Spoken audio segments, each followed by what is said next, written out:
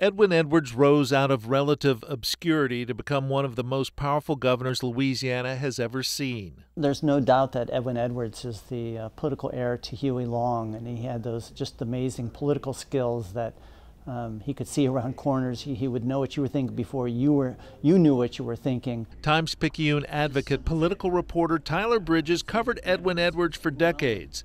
He authored Bad Bet on the Bayou and The Rise and Fall of David Duke.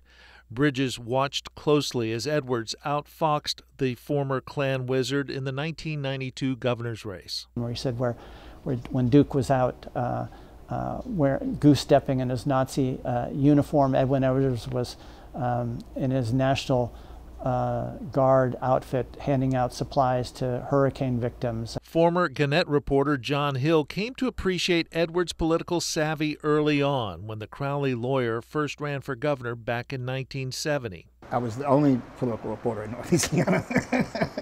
And Edwin looked at me and winked and said, "Of course I know that. Why do you think I'm standing here licking his?" Edwards is praised for helping rewrite the state constitution of 1974 and for bringing in money for teachers and new roads. He just had that sort of bayou Cajun charm, and he just had a razor-sharp mind, and plus that sense of humor that could just have everybody laughing, even people who didn't like him. Tyler Bridges says Edwin Edwards was flying high in his first couple of years in office.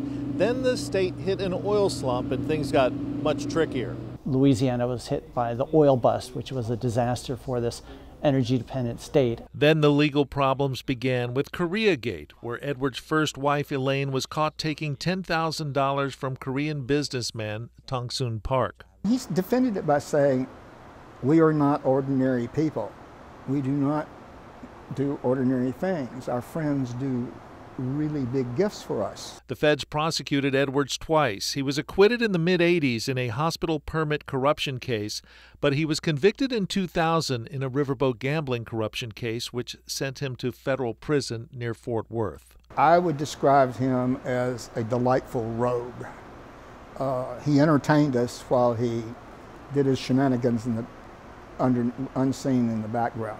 I think in so many ways he captured that sort of state ethos of let the good times roll, but there's always that question, well, was he always working on behalf of the best for the people of Louisiana, or was he trying to help himself and his buddies? And remember, he did spend 8.5 years for defrauding the people of this state in prison.